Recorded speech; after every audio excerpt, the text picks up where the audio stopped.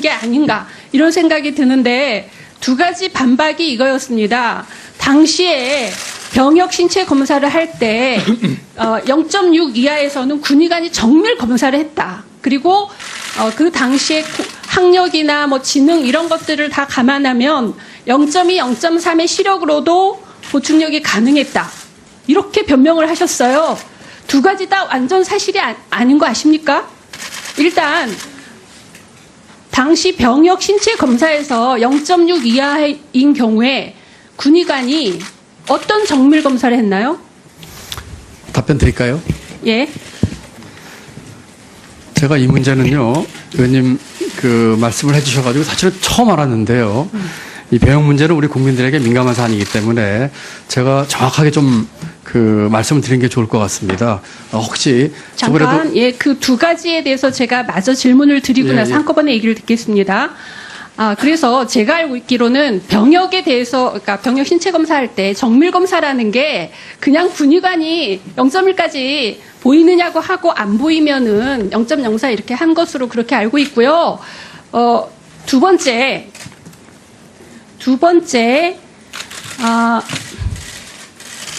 0.2였으면 당시에 무조건 현역에 갔습니다. 예, 당시에 그 증인이 아까 후보자가 말한 대로 학력, 체격, 연령, 지능 네 가지를 고려한 건 맞는데요. 이 지금 지능의 경우에는 그냥 고졸이면 무조건 2점을 줬습니다. 그리고 연령의 경우에는 연령은 증인이 어렸기 때문에 무조건 1점입니다. 그리고 학력은 고졸이어서 2점이에요. 무조건 5점은 픽스가 돼 있었어요. 그리고 남은 게 이제 그 시력 문제인데 시력이 증인이 당시 0.04로 받은 이 을종은 5점이어서 5점 플러스 5점을 하면 여기 평가표에 의해서 10점이 돼서 보충력이 됩니다. 그런데 0.2인 경우에는 1을종이 되기 때문에 현역이 무조건 가능합니다. 여기에 대해서 말씀해 주세요. 네. 말씀드렸다시피 이 병역 문제는 굉장히 중요한 문제이기 때문에요. 제가 소명할 수 있는 기회를 좀 주셨으면 좋겠습니다. 우선 첫째로 박 의원님께서 그 얘기를 쭉 제기를 하셔서 저는 사실 처음 알았어요. 이번에 제 병적 기록부든지 또 80년대 공무원 임용할 때 신체 검사는 처음 알았는데 그래서 쭉 이제 기억도 되살리고 했습니다. 이게 굉장히 오래된 일이라서요. 77년도 일이니까요. 첫째로 시력 검사에서 말씀드리자면은 공무원 임용 때 시력 검사를 제가 보니까 경찰병원에서 받았습니다. 그때는 아시는 것처럼 이렇게 벽에다 붙여놓고 한쪽도 가리고 보는 그런 검사입니다. 그리고 그 징병검사에서의 그 시력 검사는 일단 일정한 기준 이하가 되면은 그 정밀 검사를 했다고 그래요. 제 생각에 정확히 기억은 안 납니다만은 2차 검진에서 이렇게 시력표 보고 하는 그런 검사는 안 했던 것 같아요. 그래서 지금 제가 조금 사실 잘 기억이 안 나요. 그렇지만 적어도 1차 때처럼 벽에 걸어놓고 보는 그런 건 아니었습니다. 이렇게 뭐 눈에다가 뭘 들여다보고 우리 아무리 병무행정이 그런 정밀 검사 자체가 없었다라는 게 지금 그렇게 나와 있는데요. 근데 어쨌든 간에 아무리 우리 병무행정이 70년 들어가지만은 벽에 걸어놓은 그 시력표를 보고서는 현역이다 보충을 판정을 하겠습니까? 그렇다면은 아무리 눈 좋은 사람도 안 보인다고 하면 그만이지 않겠습니까? 그러니까 2차에서는 그것이 사진을 보는 그런 검사였던 것으로 제가 기억이 나고요. 그 다음에 지금 0.04하고 0.23 말씀을 하셨는데요. 저도 이번에 처음 알았어요. 눈으로 해서 하는 검사의 최하점이 0.1입니다. 그리고 0.04는 이 시력검사표로 나오는 그 등급이 아닙니다. 안 보인다고 하면은 0.04로 적은 것입니다. 그러니까 이 벽에 걸어놓은 걸로 해가지고 0.04라는 게 안 나오는 것이죠. 그러니까 다시 말씀드리면 정밀 검사에서 했다는 0.04의 스케일과 지금 의원님이 말씀하시는 공무원 채용 때 0.23은 전혀 다른 디멘전이에요. 근데 마치 숫자로 보니까 사람들이 같은 선상에 있는 것을 보고 또 눈이 좋아진 건 이렇게 보시는 것이기 때문에 우선 그 말씀을 드리고요. 두 번째, 저도 이제 이걸 기회로 해서 이제 쭉 알아봤습니다만 징집 등급을 제가 상급을 받았습니다. 그게 이제 최종 판정이지요. 징집 등급 상급 받기 위해서는 두 가지의 요소가 있다고 합니다. 첫 번째가 신체 검사 등급입니다. 제가 거기에는 2을을 받았습니다. 그 다음에 징집 등급, 옆에 글씨가 안 보이더라고요. 그게 지금 의원님 말씀하신 합계 10점짜리입니다. 그러니까 제가 연령에서 1점, 학력에서 2점, 체격에서 5점, 지능에서 2점 받아서 시험을 받은 것입니다. 그래서 요 두 개가 합쳐져서 내려진 판정이 상급입니다. 그래가지고 제가 이제 보충력을 해서 이제 1년 3개월 일병 근무를 했던 것이고요. 다만 하나 오해할 수 있는 것이 제가 이 병적표를 저도 처음 봤는데요. 밑에 보면은 의원님 말씀하신 것처럼 중등도 근시, 이게 무슨 말인지 제가 잘 모르겠으나 영어로 ENB 해놓고 대위 김정철 써 있습니다. 이것은 이 당시에 2차 정밀검사한 군의관이, 안과 전문 군의관이라고 합니다. 그 사람이 거기다 북이라는 것입니다. 그래서, 결론적으로 말씀드리자면, EPB라는 것이 그러니까 눈에서 EB, 그러니까 이일종을 받아서 교정이 됐다라는 얘기예요. 그래서 알겠습니다. 저보다 더 많이 알고 계시니까요. 그런데 제 결론이 이렇습니다. 여기 그 군의관인 대위 이 김정철이라는 사람이 한 것은 제 시력에 대한 특기사항을 적은 것이고요. 그 다음에 이것을 비롯 이 시력에서 중점을 둬서 한 신체 검사 등급은 이을이었고요. 아까 말씀드린 10점을 받은 징집 등급 두 개가 합쳐져 가지고 제가 상급을 받은 것이 되겠습니다. 그 다음에 이 일에서 이제 고시 공부 얘기를 하셨는데요. 이때 제 상황이 이렇습니다. 77년 제가 만 20살 때입니다. 제가 17살 때부터 직장을 다녔는데요. 이때 제가 고졸로 직장을 다니고 있을 때입니다. 가장 그 힘든 시기에서 그때는 군대를 못해 한다는 생각도 없었고요. 그대로 이 체제에 맞춰서 가는 것이었죠.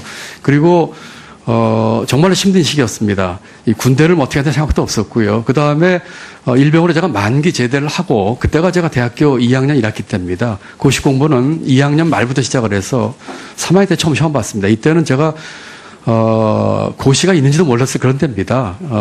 그냥 힘들게 살 때였고요. 고시 공부나 이런 것은 군대를 마친 뒤에 시작을 했고, 기록을 보시면 제가 첫 번째 응시한 것이 80년도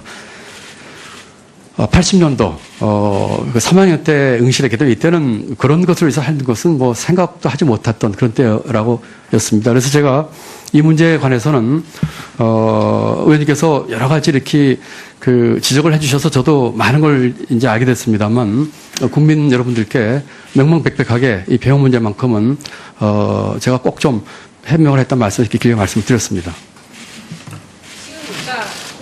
군의관이 2차 검사에서 어떤 정밀 검사를 했는지에 대해서 해명을 못하시면 전혀 해명이 안 됩니다. 그런데 의원님 그거를 병무청이라 그 군의관이 해명해야 될 거 아닐까요? 제가 아까 말씀드린 것처럼 어떤 기계를 썼는지는 모르지만 분명한 것은 벽에 걸린 그걸 다시 해서 그 2차 검사를 한 건 아니고 이 눈에다가 뭘 이렇게 보더라고요. 아마 이 조리개라고 하나 이런 걸 보는지 모르겠는데 아마 그것이 그 앞에 나안 검사한 것에 대한 정확도 이런 거 아닌가 싶은데 지금처럼 뭐 어떤 기계가 썼는지 그거는 제가 기억이 안 납니다만 적어도 벽에 걸린 시력 검안표를 보고 한 그런 것은 아니었습니다. 그리고 분명히 이 안과 군의관이 밑에다가 자기 도장까지 찍어가지고 그 얘기를 했거든요. 그래서 그때 어떻게 했냐는 것은 제가 틀림없이 뭔가를 했는데 뭐 기계를 제 눈에 들여다본 건 기억이 나는데 정확하게 뭔지까지는 제가 지금 기억이 나지 않는 말씀을 드립니다. 네네. 네, 수고하셨습니다. 네, 김정윤 의원님 의사진행 발언해 주시기 바랍니다.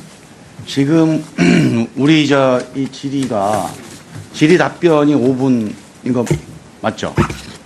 지금 이제 1시간 지났는데요. 지금 전체적으로 그 질의 5분이에요, 지금. 계속. 이래가지고는 제대로 이 의사진행을 하기가 좀 어렵다고 봅니다, 저는. 그래서 물론 뭐 지금 우리가 질문하실 게 많다는 건 충분히 이해를 하는데 오후 질의 시간이 있어요. 뭐 저녁 먹고 할 수도 있는 거 아닙니까? 그래서 일단 질의 규칙을 좀 제대로 지킬 수 있도록 위원장님께서 잘 지도 좀 해주시고. 네, 김종민 위원님 말씀 감사드립니다. 우리 의원님들께서는 5분 질의 시간을 답변 포함했습니다. 그리고 가능한 한 1문 1답 형식으로 해서 해주시고 또 다 못할 경우에 또 보충 질의 시간을 또 7분을 드립니다. 그래서 골고루 우리 의원님들께서 질의할 수 있도록 양해 부탁드리겠습니다. 다음은 유승민 위원님 질의해 주시기 바랍니다.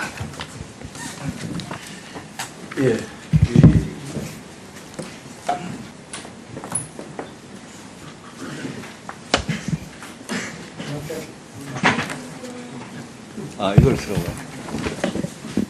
이게 편한데. 이거 좀 해주세요. 이쪽 거 좀 해주시죠. 이게 편한데.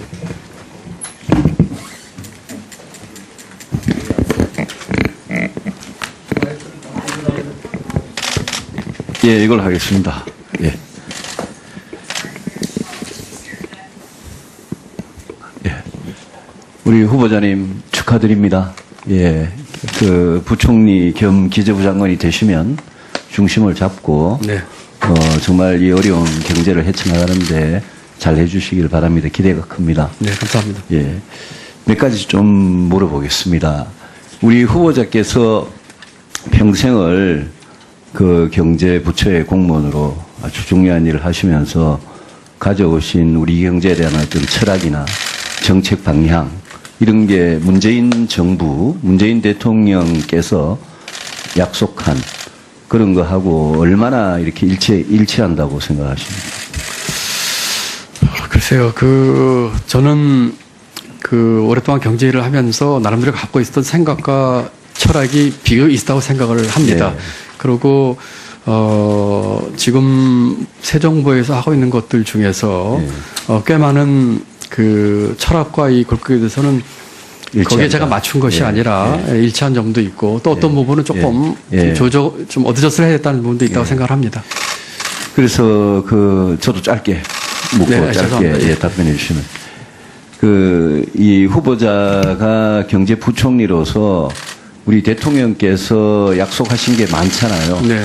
그거를 100% 지켜야 되겠다 이런 생각이십니까? 아니면 이런 부분은 좀 고쳤으면 좋겠다 이런 생각이십니까? 가능하면 국민과 약속을 지키려고 애는 예. 쓰겠지만 예.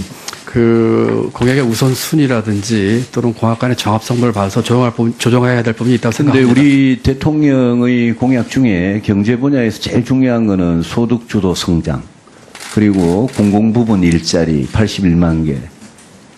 저는 이렇다고 보거든요. 근데 오늘 후보자 모두 발언 중에 소득주도 성장이란 말도 없고 공공부문 일자리 81만 개 만들겠다는 말도 없어요. 그냥 적극적인 노동정책, 고용창출, 또 소득주도 성장이 아니라 혁신성장이라. 혁신성장의 말에 대해서는 저는 굉장히 반갑습니다만은 이 소득주도 성장에 대해서는 후보자께서 이게 성장의 해법이라고 생각하십니까, 평소에? 소득 중심 성장은 소득주도 성장. 소득주도 예. 성장은 저는 우리 경제의 여러 가지 난제를 푸는 데 있어서 중요한 채널이라고 생각을 합니다. 그렇지만 이것은 수요 측면에서 이제 뭐라고 할까요? 소득이나 임금을 높여서 내수를 진작해서 하는 수요적인 측면이고 공급적인 측면에 접근이 필요하다고 생각합니다. 그것이 아까 제가 말씀드린 예. 혁신 경제와 그래서 이게 같아 있는 얘기죠. 성장을 이야기하면서 저는 후보자께서 소득주도 성장이란 말을 대통령께서 후보 시절에 굉장히 강조해왔던 말인데 그 말을 굳이 모두 발언에 빼고 혁신성장이란 말을 집어넣은 데 대해서 저는 굉장히 반가운데 이게 후보자의 소신인지 소득주도 성장은 성장 해법으로 적절치 않다고 생각하시지 그런 건지 의원님 그건 아니고요. 그런 건 아니고요. 제가 예. 생각하는 경제 정책의 어떤 비전과 모토는 사람 중심의 예. 지속 성장 경제입니다. 예. 그런데 그것을 하기 위해서 소득 주도 성장 측면에서 지금 하고 있는 일자리 문제라든지 이런 것들도 분명하게 중요한 축이긴 하지만 또한 축으로서는 혁신 성장 문제들, 예. 여기 구조개혁 문제라든지 예, 그거는 제가 생산성 굉장히 문제, 반갑고요. 이건 같이 들어가서 받쳐야 된다고 생각을 합니다. 예, 그런 정책을 꼭 좀 추진해야 되겠다는 생각이 들고요. 네네. 추경에 아까 작용을 역할을 좀 하셨다는데요. 추경 편성에. 의원님 역할이라기보다는 네 말씀하시죠. 예, 근데 이 공공부문 일자리 81만 개 있지 않습니까? 네네. 제가 이제 후보자께서 칼럼을 많이 쓰셨더라고요. 그래서 제가 어젯밤에 후보자 과거에 쓰신 칼럼을 쭉 읽어보면서 굉장히 감동도 많이 받고 그랬는데요.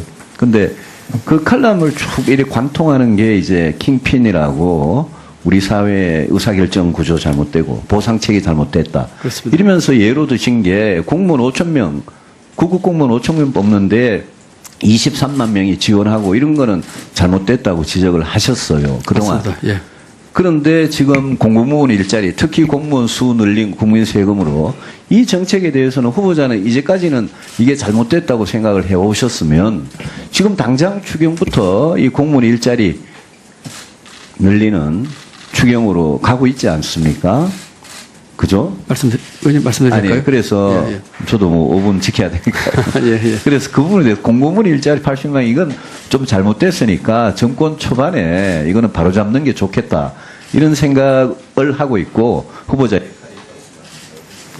그 의원님 말씀의 취지에는 제가 공감을 하는데 이제 그 팩트가 좀 잘못된 건 하나 제가 말씀드려야 되겠습니다. 제가 그 칼럼에 쓴 거가 문제라고 한 거는 5천 명을 뽑는 공무원이 문제가 아니라 20만 명이 몰리는 그 사회 보상 체계.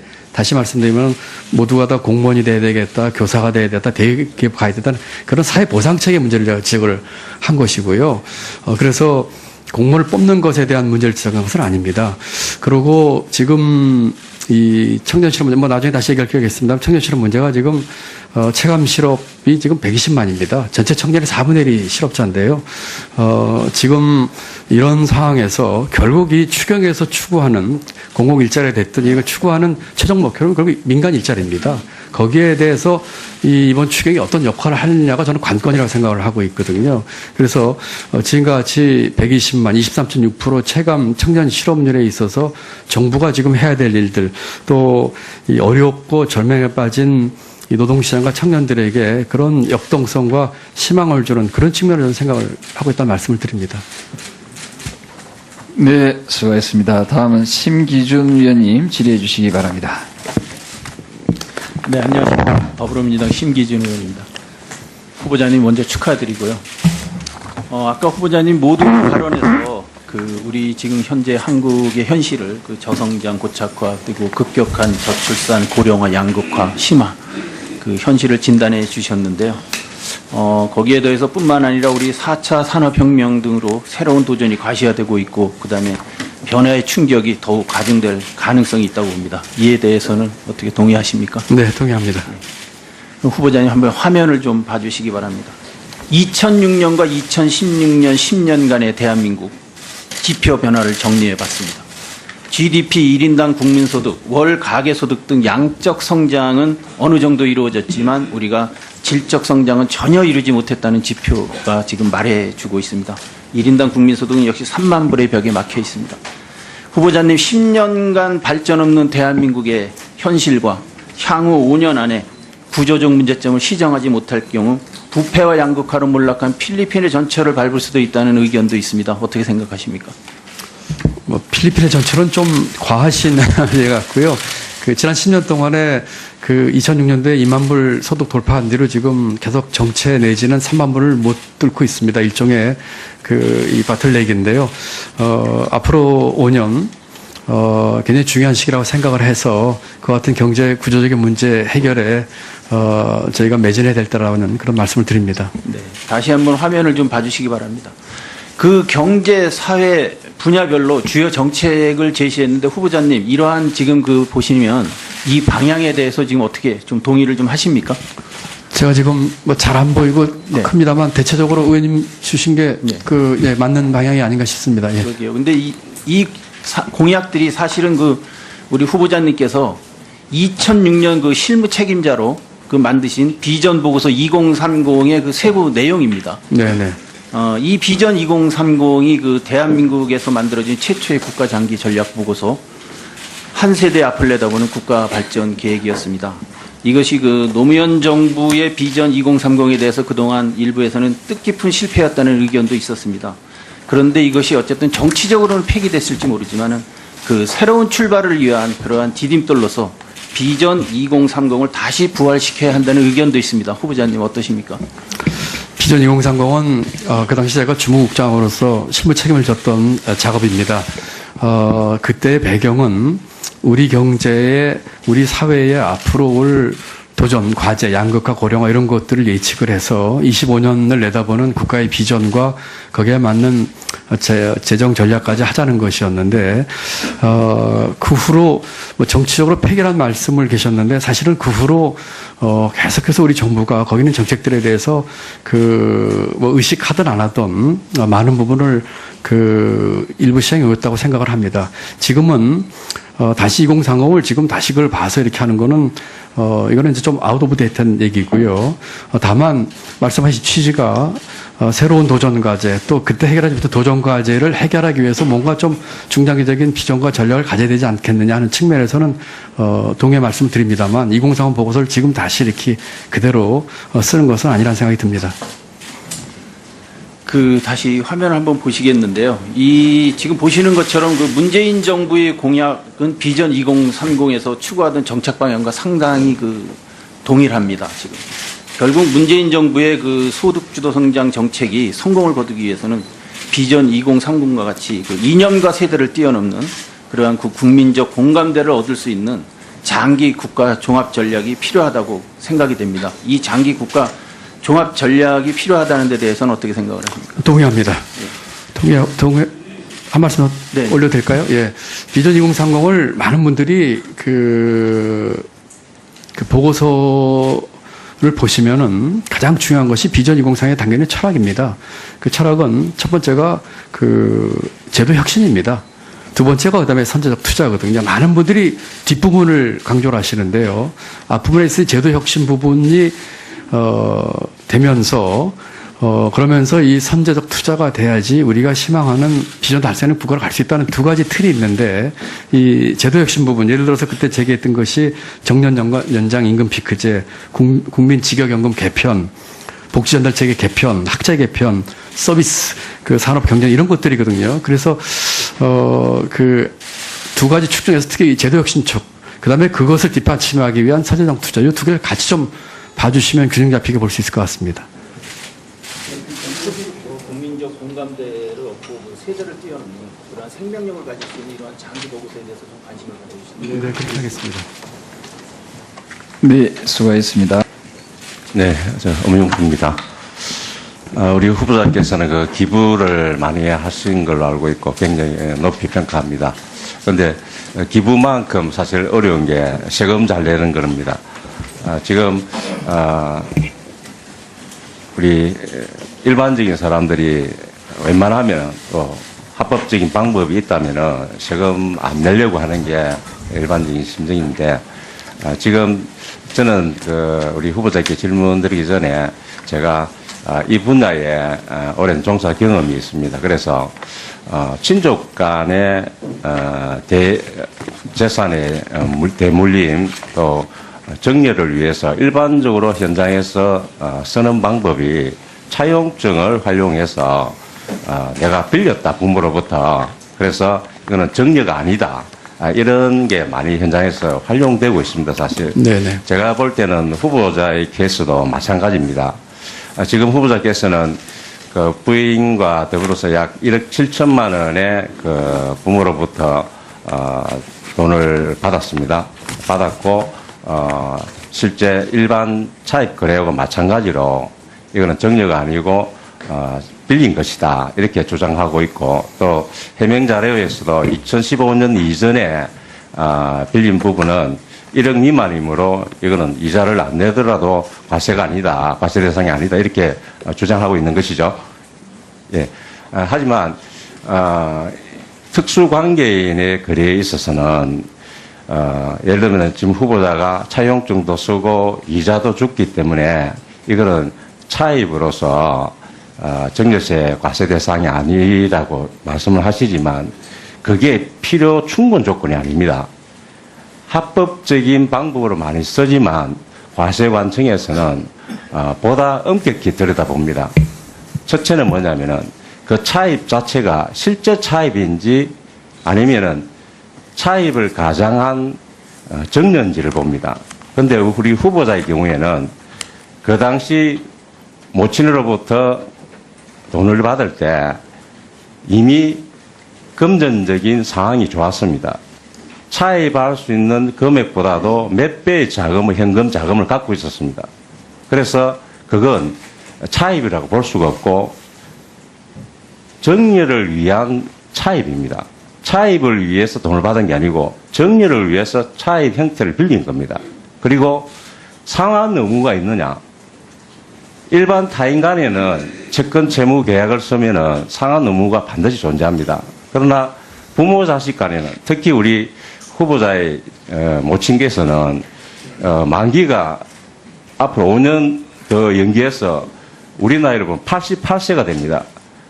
부모 자식 간에 우리 또 끔찍히 아끼는 우리 모친께서 자식 보고 내 돈 내놔라 88세 가서 이렇게 할 리가 없습니다. 그래서 상환 의무가 기본적으로 사회 통념상 볼 때 상환 의무가 없는 겁니다.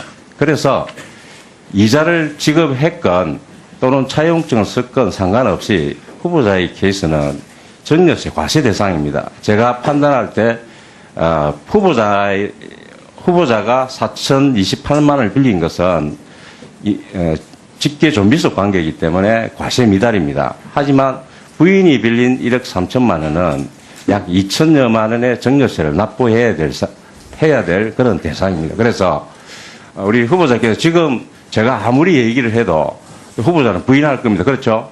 그렇습니다. 네. 그래서 이 자리 결론 낼 수는 없습니다. 예, 알겠습니다. 하지만 지금 우리 과세관청에서의 기본적인 입장은 이거는 정려입니다.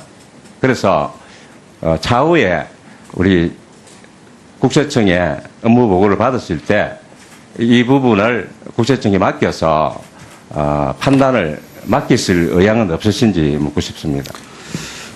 의원님, 제가 조금 말씀을 올리고 답을 의향만 우선 먼저 좀 그렇게 뭐 의원님께서 워낙 이쪽에 전문가시니까요. 저 말씀에 따르겠습니다. 제가 사실은 이미 물어봤습니다만 제가 다시 한번 그 의원님 말씀대로 다시 한번 그 물어보도록 하겠습니다. 네, 감사드리고 예.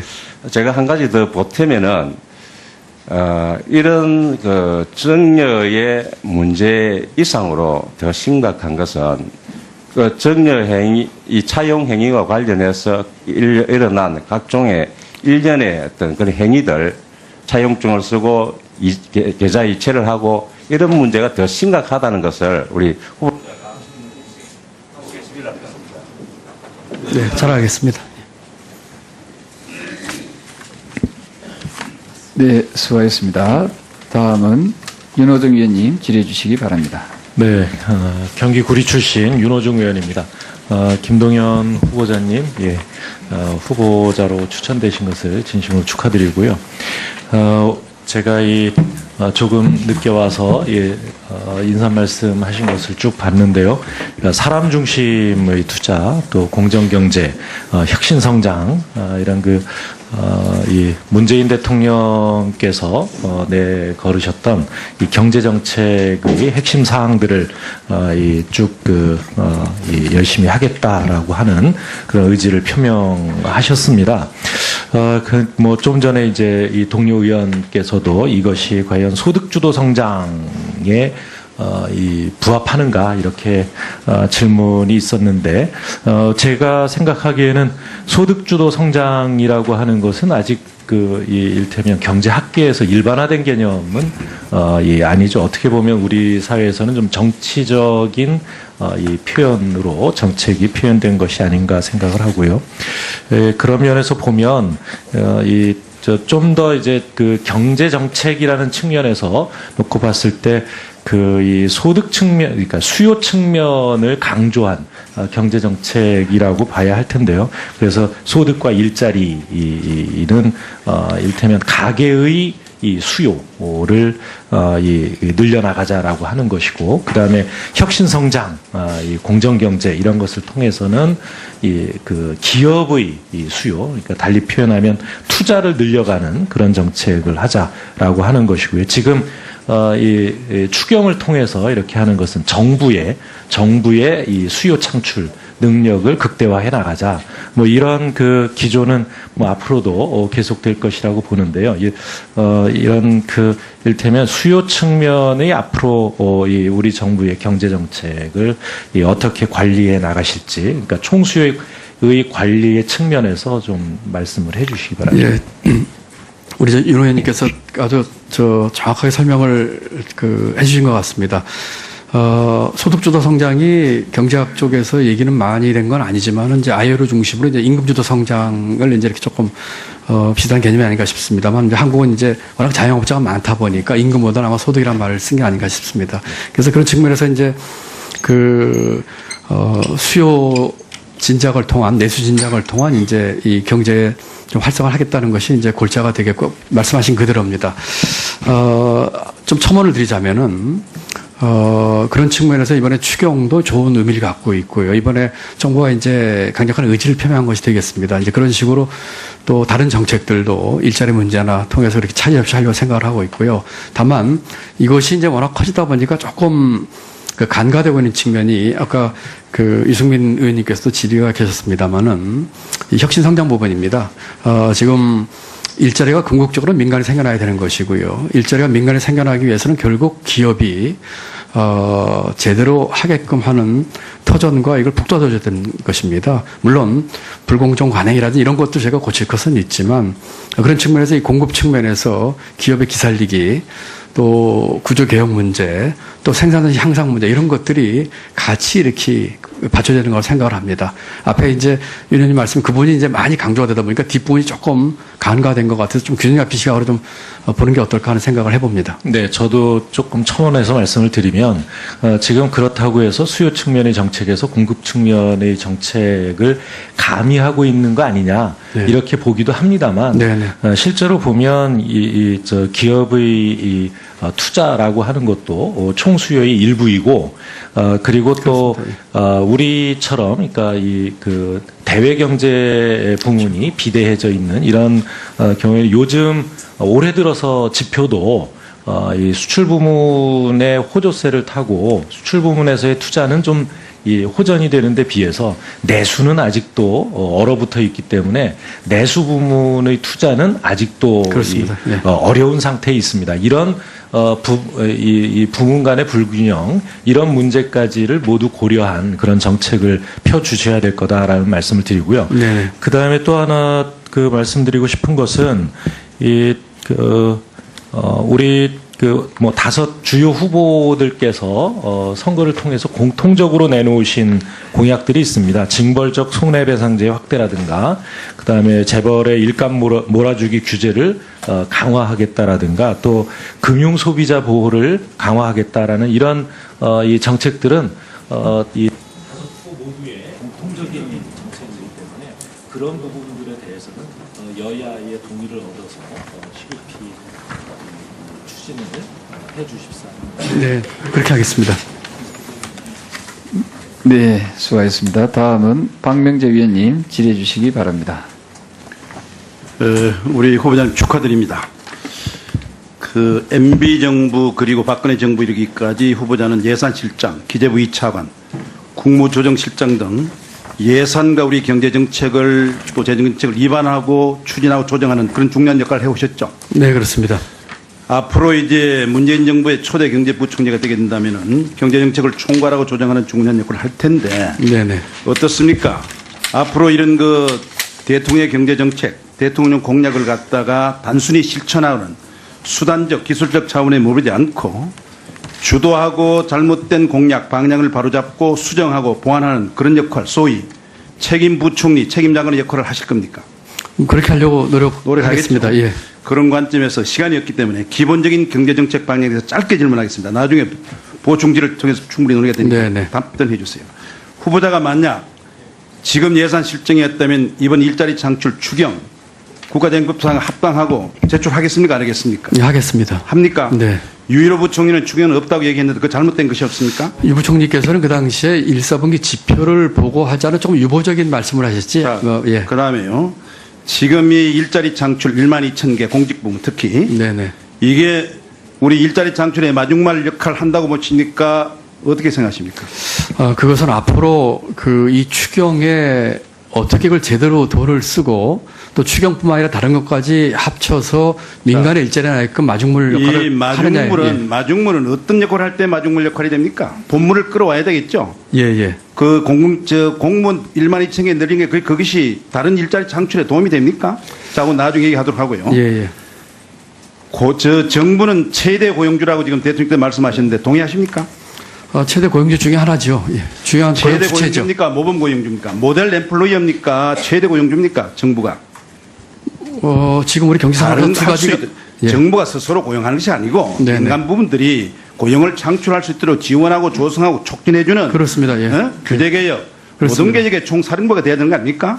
지금 그리스 경우 잘 아시죠? 네? 그 그리스의 경우, 그리스, 베네수엘라, 그다음에 아르헨티나. 예. 그리스가 어떻게 됐습니까? 공무원 일자리 늘어가지고 그겁니까? 실업률 해소하기 위해서 정부가 파탄 정책 이런 알고 계시죠? 네, 좀 얘기하고요. 그다음에 최저임금 인상 3년 만에 완수하겠다 그러는데 그대로 10,000원에 도달시키도록 3년만 달성하려면 어떻게 한 해에 얼마씩 올려야 되는지 알고 계십니까?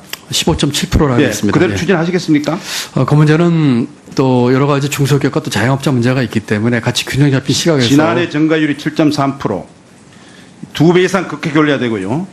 이 최저임금의 대상을 받고 있는 업체, 중소기업이 얼마나 차지하고 있는지 아십니까? 대기업 문제가 아니죠. 얼마나 됩니까? 그렇습니다. 얼마나 됩니까? 98.2%가 중소기업에 국한되어 있습니다. 그렇습니다. 그 중에서도 30인 미만의 영세 사업자들이 86.6%. 얼마만한 부담이 작용하겠습니까? 이거 생각해 보셨습니까? 지금 이게 만약에 1만으로 2020년에 인상되게 된다면은 중소기업들이요, 2020년부터 매년 81조 5천억의 추가 부담이 필요하다고 했습니다. 알고 계십니까? 네네. 이거 해야 됩니까? 이게 경제 활성화 되겠습니까? 아까 말씀드린 것처럼 좀 해야 될 필요성과 또 자영업자나 이 중소기업 그까지 같이 균형 잡히게 보면서 좀 자, 검토를 할 사안이라고 생각합니다. 지금 시간이 좀 예. 비정규직 정규직화 그대로 끌고 나갈 것입니까? 공공부문의 제로 가능하십니까? 어떻게 하시랍니까? 짧게 답을 하라고 하시니까요. 이거를 그렇게 하긴 짧게 해야겠죠. 답을 할 사안, 아니, 그것에 대해서는 하는 방향에 대해서 가야 되겠지만 여러 가지 고려인들이 있습니다. 그 부분들을 뭐 지금 시간이 없어서 아마 하신 것 같아요. 오해다시다가. 비정규직의 대상과 범위도 아직 확 나와 있지 않고 잘못하게 되면은 중소기업들이 고용을 포기하는 고용 절벽에 이를 수 있다는 상황도 우리가 상상해야 네네. 되겠죠. 다음 공공기관의 성과연봉제 어떻게 하시겠습니까?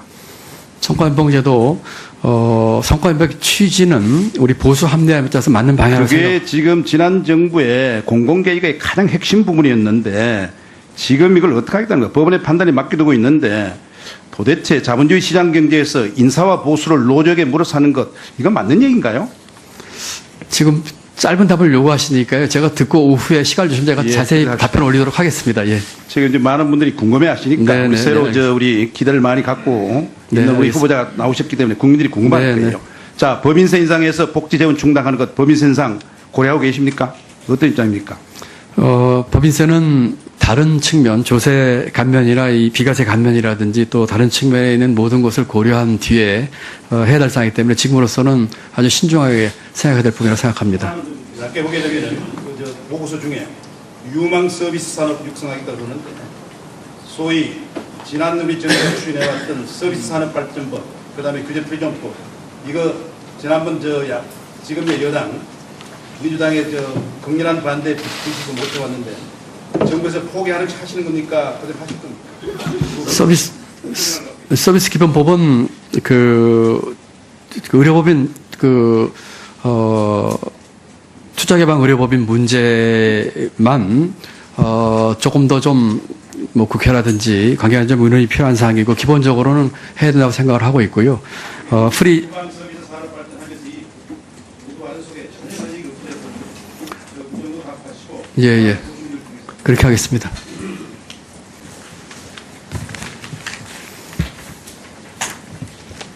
네, 서울 관악갑 출신 국민의당 김성식 의원입니다.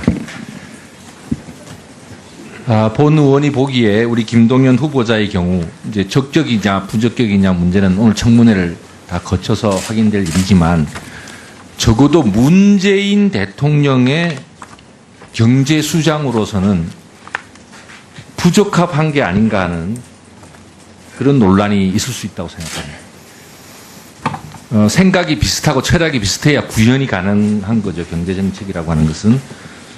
그러면서도 저는 오늘 서면 자료 여러 가지 김동연 후보자가 낸 것을 보면 과거에 MB 정부 때 고위공직자를 지낸 때와는 다른 답변 내용을 많이 이야기하고 있는데 혹시 이것은 좀 권력의 입맛에 따라 입장을 바꾸는 게 아닌가라는 논란이 날 수 있고 또 시장의 불확실성을 줌으로써 과연 경제정책을 제대로 할 수 있느냐에 대한 논란도 생길 수가 있습니다.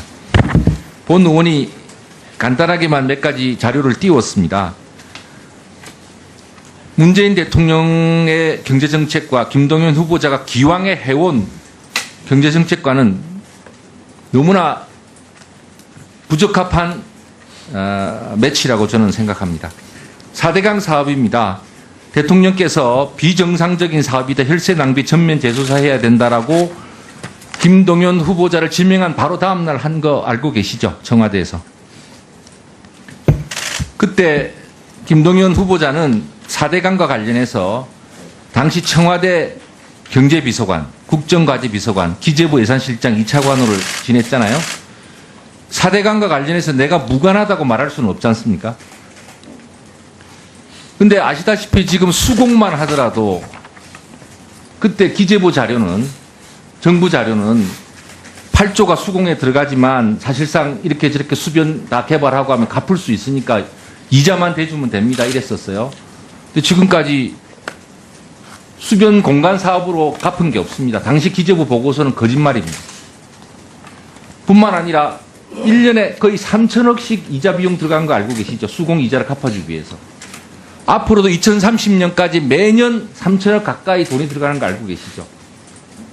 즉 4조 이상의 돈이 오로지 이자를 갚는 데 써야 합니다. 재정 준칙 잘못된 거 아닙니까? 이때 당시 김동연 경제비서관, 예산실장 2차관은 어떠한 반대 의견이나 조정 의견을 낸 적이 있습니까? 답변 드릴까요? 네, 짧게 해주세요. 있는지 없는지 짧게 말씀해 주세요. 저는 그때 제가 그 당시에 고위직이 있었기 때문에 책임을 회피하고 싶은 생각은 추호도 없습니다만 그 당시에 청와대에는 4대강 담당하는 비서관이 따로 있었습니다. 지역 비서관이 있었고요. 네, 제가 그 서면 답변 자료는 아는데요. 2008년에 경제비서관을 했으면서 기획 단계에 아예 관계를 안 했다라고 말하는 것도 저는 어불성설이고 예산실장 2차관 하면서 2011년, 12년도에 계속 예산을 집어넣는데 문제 제기를 안 했다는 것도 저는 이상합니다.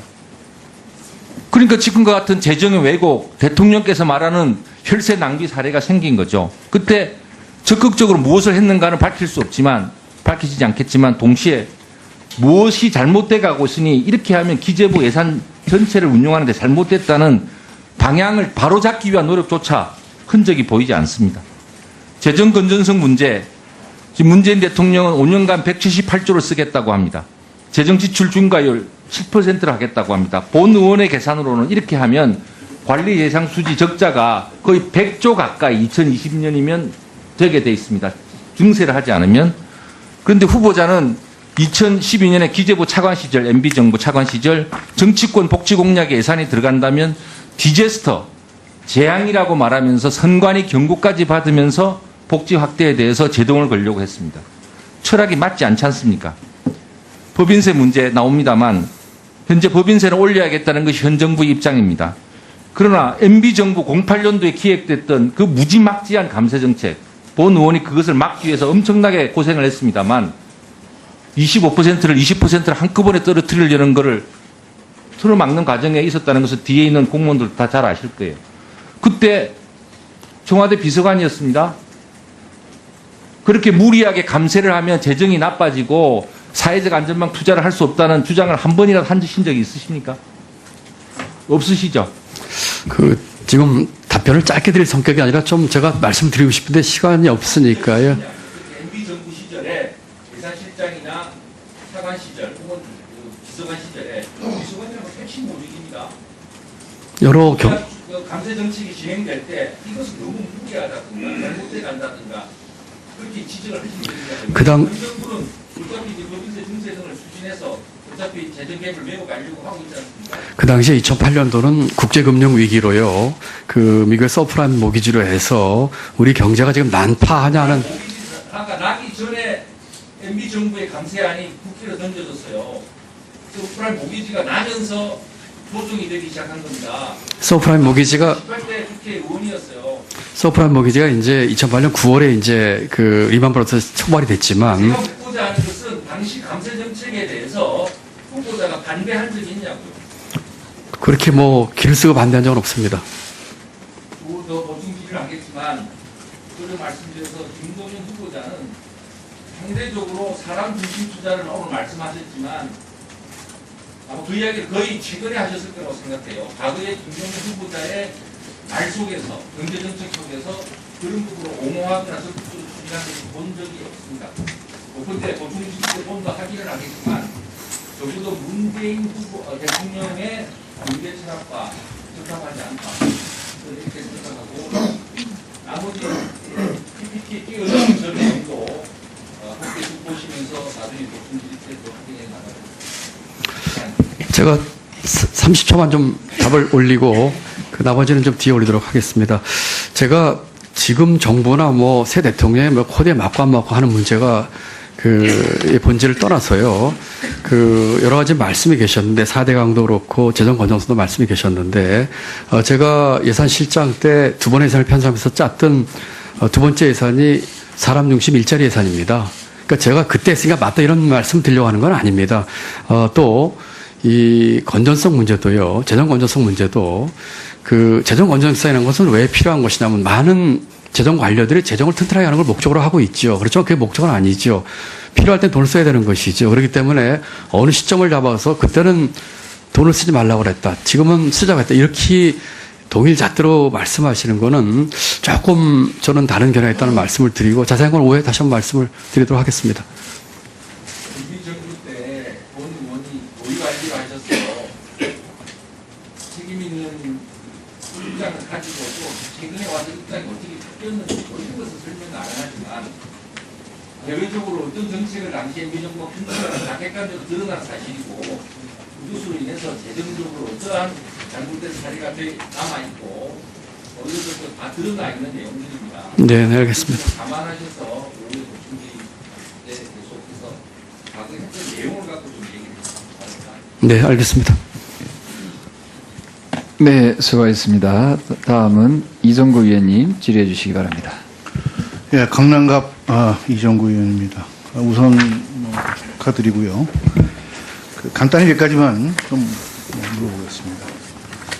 그 후보자가 이제 국회에 제출한 자료에 의하면은 금융소득을 포함한 과세 강화 및 비과세 감면 정비를 우선 추진하고 직접적 세율 인상은 신중하게 검토하겠다 이렇게 내셨죠? 네, 그렇습니다. 근데 이거 많이 들어보던 얘기인데 박근혜 정부도 똑같은 얘기를 했거든요. 그러니까 기본적으로는 박근혜 정부의 이 정부 재원 대책, 세제 이것을 따르겠다 그런 얘기입니까? 그런 건 아니고요. 이 증세 문제나 이런 문제는 워낙에 이제 민감한 사항이고 지금 제가 내정자 신분에서 자세히 얘기는 또 좀 맞지가 않고요. 우선 말씀드린 것처럼 비과세라든지 또는 고소득. 네, 알았어요. 예. 간단히 지금 그 후보자도 잘 아시겠습니다만은 지금 문재인 정부는 노무현 정부를 계승하는 거잖아요. 그렇죠? 기본적으로. 글쎄요, 저는 어떤 부분에서 예. 하여튼 특히 이 경제 정책이나 세제 정책은 격차 해소라든지 막 그러한 쪽을 강조하면서 또 사람 중심. 이 노무현 정부의 정책이란 말이죠. 노무현 정부 때 그 종합부동산세라는 게 있었어요. 기억하시죠? 네, 압니다. 그 종합부동산세가 상당히 소위 그 강남 서초 이쪽에 징벌적인 그러한 부동산 세제다 이렇게 해가지고 막 여야가 공방을 하고 헌재에도 가고 맞습니다. 그렇죠. 그러면 이러한 것도 앞으로 세금 정책하는 데 있어서 계승할 생각입니까? 지금 종부세는 그에 많이 이제 수정을 돼가지고 있기 때문에 지금 뭐 당장 그걸 어떻게 할 그러니까 생각은 종합부동산세 그럼 강화는 더 안 하겠다? 뭐 앞으로 예. 지금 글쎄요 그거를 지금 뭐 단정적으로 말씀드리긴 어렵겠습니다만은 그것을 뭐 강화하겠다는 뜻으로 지금 아직 검토하고 있지는 않습니다. 그 이번에도 문재인 후보가 소위 이 강남 3구에서 상당히 표가 덜 나왔는데 그 이유 중에 하나가 종합부동산세가 문재인 후보가 당선이 되면은 다시 부활할 것이다. 네. 또 세금 폭탄이 강남 3구에 떨어질 것이다. 이렇게 해가지고 많은 사람들이 문재인 후보를 기피했던 거예요. 종부세 이 종부세 이런 문제에 대해서는 이게 좀 그 사회의 어떤 갈등을 야기하고 그렇게 바람직한 세제가 아니다 하는 것에 대해서는 동감하시죠? 예, 종부세가 제가 기억하기로는 그 공약에서도 빠져 있고요. 최종적으로 다 종부세가 되는 빠져 있고요. 그다음에 이 문제는 이제 보유세, 거래세를 이제 좀 균형 잡히 어떻게 볼 거냐 문제를 포함해서 뭐 아주 신중하게 좀 봐야 될 그런 사안이라고 생각합니다. 지난번에 그 김진표 그 국정기획자문위원장이 그 종교인에 대한 과세는 조금 준비가 덜 돼가지고 좀 늦추겠다 이렇게 얘기를 했죠. 예, 그렇게 들은 걸로 동감하시는 거예요? 언론 보도를 봤습니다. 예, 동감하시요? 지금 저희 이제 그 세종당국 입장에서는 이제 내년도에 시행하기로 돼 있기 때문에 준비는 하고 있습니다만 이 문제는 여러 가지 고려할 요인이 많아서 저희가 종합적으로 좀 검토를 좀 해보려고 생각을 하고 있습니다. 종합적으로 검토한다는 건 안 하겠다는 얘기입니까? 뭐 꼭 그런 뜻이라기보다는 그 종교인 쪽 얘기 좀 들어보고요. 이게 그 다양한 이해관계가 있기 때문에 저희가 아니, 지금 예를 들면 천주교 같은 데서는 지금도 세금을 하고 내고 있습니다. 있고, 예, 맞습니다. 뭐 특별한 준비가 있어야지 이게 세금을 갖다가 종교인들한테 그 매기는 것이 아니잖아요. 이제 세정을 위해서는 이제 준비가 필요하죠. 아니 그 지금 내고 있는 사람이 있는데 무슨 특별한 준비가 필요하다 그렇게 얘기를 하세요? 그건 아닌 것 같은데 다 지금 파악은 돼 있다는 얘기예요. 예? 무슨 말씀인지 아시겠습니까? 네, 내는 사람도 있는데 내는 사람과 안 내는 사람은 지금 내는 분들은 자발적으로 내고 계십니다. 예. 글쎄요. 예, 예. 하여튼 그것도 좀 검토를 해주시고요. 예, 예. 지금 우리나라의 근로자의 면세 비율이 46.8%입니다. 그렇습니다. 예. 네. 많은 사람들이 면세를 하고 있어요. 근데 소득이 있는 곳에 세금 있다. 이게 국민 계세주의에 어긋나는 거 아니에요?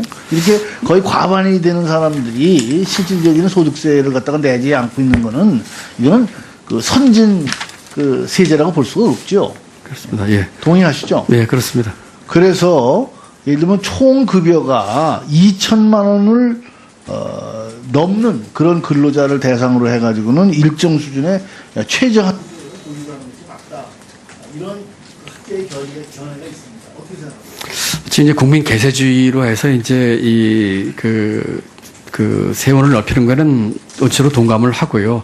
다만 이제 이 저소득층 세부담 문제라든지 이런 것들이 있기 때문에 여러 가지 좀 지금 의원님 말씀하신 그런 제도를 도입했을 때 구체에 나타나는 효과를 조금 더 분석을 해봐야 될 것 같습니다. 분석을 해보고 검토한다는 건 안 하겠다는 게 아니, 꼭 그런 뜻으로 듣지 마시고요. 예, 들어주지 마시고요. 어쨌든 계세주의나 보다 넓은 이 세원의 기반을 확충했다는 데는 동의를 합니다.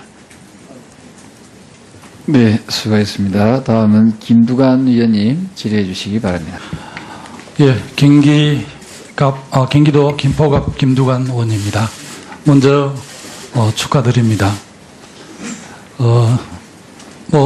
새 정부가 출범할 때마다 많은 국민들께서는 굉장히 많은 기대를 갖고 있고요. 특히 이제 남북 핵위기 이런 거와 관련해서 국방 안보에 대한 관심도 매우 높지만 역시 일반 국민들께서는 먹고 사는 문제에 대해서 가장 주목하고 계시고 이제 새 정부의 기대가 매우 큰데 경제수장으로 우리 김동연 후보자 내정된 점에 대해서 굉장히 이제 기대도 크고 관심도 매우 높습니다. 감사합니다. 학자들 간에 여러 가지 분석이 있지만 제가 볼 때는 소득의 양극화 문제하고 불평등 구조를 해소하는 것이 한국 경제의 가장 근본적인 해결책이다 이런 생각을 갖습니다. 특히 이제 최근 청와대 장하성 정책실장도 소득 격차가 큰 거에 대한 많은 우려를 했고 또 실업 문제에 대해서도 많은 우려를 하셨는데요. 이 장하성 정책실장 그런 견해에 대해서 어떤 입장을 갖고 있습니까? 장 실장의 그런 분석에 대해서 동의합니다. 아마 그때의 주제가 그 주제였기 때문에 강조하신 것 같고요. 그렇지만 그거 하나만으로 우리 경제사회 구조 문제를 다 대변할 수는 없는 것 같습니다만 굉장히 중요한 포인트를 지적했다고 생각합니다. 경제정책 전반과 관련해서 이제 경제부총리, 기획재정부 장관께서 가장 중요하긴 하지만 저는 이제 경제정책도 청와대 그리고 당 또 이 경제부처가 이렇게 협력해서 팀워크로 하는 거라고 저는 그렇게 그렇습니다. 이해를 합니다. 김수현 그 청와대 사회수석, 최근에 경제보좌관으로 어제 임명을 받은 김현철 교수, 또 아마 지금 그 청문 채택을 눈앞에 두고 있는 김상조 공정거래위원장, 이런 분들하고 평소에 좀 정책 현안과 관련해서 교분이 좀 있으십니까? 정책 현안 가지고라기보다는 그런 사회 또 경제 문제 가지고 몇몇 분들은 뭐 얘기를 나눈 분도 있고요. 또 그중에는 제가 전혀 모르는 분도 있고 그렇습니다. 문재인 정부의 소득주도 성장 전략과 관련해서 기존 수출주도의 성장 전략과 어떻게 좀 연동이 되는 겁니까? 조금 다른 디멘전이라고 생각을 합니다. 수출 주도는 우리가 이제 워낙 이제 내수 쪽에서 이제 문제가 많기 때문에 내수를 키우는 측면에서 이제 소득 중심, 소득 주도 이런 것들이 이제 우리 내수 경기 활성화라든지 이런 측면에 이제 기여를 해야 될 것 같고요. 수출은 그렇다고 해서 저희가 우리 경제가 간과할 수 없는 중요한 또 포인트지요. 그래서 이 소득주도 중심으로 인한 내수 진작, 또 수출 활성화를 통한 외부 쪽에서의 그 경제 기여, 플러스 아까 말씀드린 우리 기업들, 또 생산성, 또 구조개혁 같은 그런 공급 측면에서의 것들이 같이 이렇게 좀 조화롭게 된다고 생각하고 있습니다. 우리 존경하는 아까 송영길 의원께서 지적하신 조선산업, 네. 해운산업과 관련해서 대안들을 좀 말씀하셨는데 그런 견해에 대해서는 동의하십니까? 네, 동의합니다. 그리고 지금 국민들께서 많이 걱정하고 계신 게 1,300조가 넘는 가계부채인데요. 가계부채와 관련해서 DTI, LTV 규제를 강화해야 된다 이런 주장들을 하시더라고요. 최근에 국토부 장관으로 내정된 김혜미 의원께서도 그런 주장하시는데 그런 견해에 대해서는 어떤 입장을 갖고 계십니까? 지금 LTV하고 DTI 얘기를 꺼내는 것은 아직 내정자 신분으로서 조금 적절치 않다고 생각을 합니다. 다만 지금 서울시장 중심으로 이 부동산 시장이 이상과열 현상을 보이고 있는 측면에 대해서 지금 면밀히 주시하고 있습니다. 부동산 투기는 용납할 수 없다는 정부의 의지가 확고하고요. 또 내주부터는 또 일부 이 관계부처가 현장 점검도 할 예정에 있다는 말씀을 드립니다. 아직 그 LTV DTI 문제는 여러 가지 고려인이 많기 때문에 지금 말씀드린 가계부채 문제라든지 부동산 과열 문제라든지 있지만 또 다른 측면에서 또 봐야 될 측면이 있기 때문에 이런 상황을 면밀히 보면서 관계부처 협의를 거쳐서 결정하도록 하겠습니다. 예, 참여정부 말 2007년에 GDP 대비 58%였던 가계부채 비율이 지금은 약 90% 정도 되고 총액에서도 665조에서 지금 1,400조 가까이 돼서 굉장히 걱정하고 계신 거 아시죠? 네, 그렇습니다. 네, 그 점에 대해서 좀 면밀하게 검토를 해서 대책을 잘 좀 세워주시기. 네, 그렇게 하겠습니다. 네, 수고하셨습니다. 다음은 최교일 의원님 질의해 주시기 바랍니다. 예, 영주 문경 예천의 최교일 의원입니다. 먼저 축하드립니다. 이 경제부총리로 내정될 때 누구로부터 연락을 받았습니까? 처음으로? 의원님도 정부에 계셨지만 제가 그 인사사항을 이렇게 공개석에 말씀드리는 건 좀 적절치 않은 것 같아 양해를 해주시기 바랍니다. 예, 장관 임명을 위해서는 국무총리 제청이 필요한데 후보자는 위로부총리의 제청을 받은 것이죠? 네, 저는 그렇게 듣고 있습니다만, 네. 예, 알겠습니다. 저희 당 의원들이 준비 모임에서 사실 여러 가지 의혹이 많이 제기되었지만 오늘 후보자 말씀을 듣고 보니 어느 정도 또 이해가 됩니다. 그래서 제가 세세한 질문보다 몇 가지 그 의혹을 받는 이유 그런 점을 좀 지적을 하고 넘어가도록 그렇게 하겠습니다. 먼저 재산이 수백만 원에 불과한 모친께서 4억 원이 넘는 아파트를 분양받았지 않습니까? 그 과정에서 후보자 부부의 재산에 근저당을 설정해서 그 대출한 돈으로 분양금을 지급하고 또 그 이외에도 사적인 채무로 분양금을 지급해서 분양을 이제 받은 점이라든지 또 모친 명의로 개설된 통장에 그 후보자의 그 도장이 인감란에 찍혀 있는 그런 점이라든지 또 모친의 재산에 대해서 재산 고지가 재산 고지 거부가 이루어진 이후에 뭐 모친으로부터 돈을 차용한다든지, 그리고 2012년 차용한 8,500만 원은 그동안 변제할 수 있는 시간적 여유가 있었음에도 아직까지 변제를 하지 않는다든지, 또 부모 자식 간의 차용증을 작성한 점, 그것도 설명을 하셨습니다만, 또 차용증에 사용들을 상세하게 기재한 점이라든지, 또 막내 동생이 모친에게 송금한 돈을 은행 창구에서 찾는 과정, 이런 것들이 일반 국민들이 보기에는 좀 명쾌하지 않은 면들이 있습니다.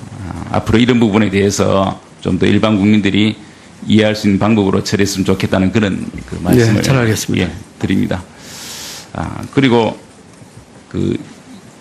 지금 공무원 증원 문제가 많이 나오는데 이 부분에 제가 이제 한 말씀을 이제 드려야 되겠는데요. 제가 사실 그 법무부에 있을 때 공무원 한 사람 늘리는 것이 얼마나 어려운지를 잘 알고 있습니다. 제가 안행부 조직실에 가서 여러 차례 설명을 하고, 또 이제 기재부에 또 이 결재를 받아야 공무원 한 명 증원이 되는데, 이 공무원을 증원하자, 그래서 일자리를 늘리자는 것은 기본적으로 저는 일자리 늘린 데는 찬성하는 사람입니다. 또 그렇게 발언을 한 적도 있습니다. 그러나 일자리가 필요할 때 우리 공무원들이 정말 힘들게 일하고 바쁘니까 업무를 제대로 하기 위해서 공무원이 필요하다, 그렇게 해서 늘려야 되는 것이지, 그래서 그 각 부처에서 수요를 조사하고 정말 우리 부처에서는 이런 공무원이 필요하다, 그리고 그를 조직실에서, 안행부 조직실에서 어디가 시급하다, 그렇게 정하고, 또 기재부에서 또 검토를 해서 그런 절차를 거쳐서 공무원 증원이 돼야지, 청와대에서 일방적으로 10,000명 늘려라, 10만 명 늘려라, 이렇게 하면 그에 따라서 무조건 늘려서는 안 되겠다, 그런 생각입니다. 거기서는 어떻게 생각하세요? 그 의원님 기본적인 생각을 제 입장을 같이 하고요. 다만 이번에 이제 공무원 숫자 늘리는 것이 일반 공무원이 하나도 없습니다. 보시는 것처럼 경찰, 군무원, 또 생활안전, 소방 이렇게 돼가지고 해서 절대 인력이 부족하거나 법정 인원이 부족하거나 또 이런 사람들로 했거든요. 그래서 그 의원님께서 검찰의 고위직을 하실 적에 했던 그때의 그 인원 늘리는 것하고는 조금 다른 측면에서 봐주셨으면 좋겠고요. 이 인원들은 나름대로 그 수요조사를 바텀업식으로 했다는 것도 좀 첨언해서 말씀드립니다. 그러나 이 분야를 정해서 하는 것 자체가 저는 맞지가 않다고 보고요. 전 공무원은 상대로, 전 부처를 상대로 정말로 우리 부처에서 공무원이 얼마나 필요하다, 정말 모자란다, 그렇게 수요조사를 해서, 그렇게 해서 안행부의 조직실에 검토를 거쳐서 가야지, 위에서 미리 인원을 정해서 10,000명 늘린다, 50,000명 늘린다, 10만 명 늘린다, 이것은 아니라고 봅니다. 그렇게 숫자에 맞춰 하실 겁니까? 실제로 필요한 인원을 하실 겁니까? 이번에 낸 그 추경안에도 사실은 그 수요조사를 했다는 말씀을 드리고요. 물론 이제 의원님께서 말씀하신 것처럼 아주 절차를 다 거쳐서 안행부 예산실 거쳐서 한 것은 아니지만 그동안 쭉 각 이 부문별로 필요한 인원에 대한 수요조사를 했다는 말씀을 드리고요. 이번에 또 이제 좀 크게 보면, 좀 넓게 보면, 지금의 이 실업 문제라든지 여기에 대해서 정부가 굉장히 심각한 문제의식을 갖고 있다고 하는 그 점을 좀 이해해 주셨으면 좋겠습니다. 그리고 이것으로 일자리가 만들어지는 것의 완성이 아니고요. 결국 이 추경이나 또 앞으로 정부가 일자리 하려고 하는 것의 성패 관건 민간 일자리입니다. 그런 것까지 제가 감안했다는 말씀을 드립니다.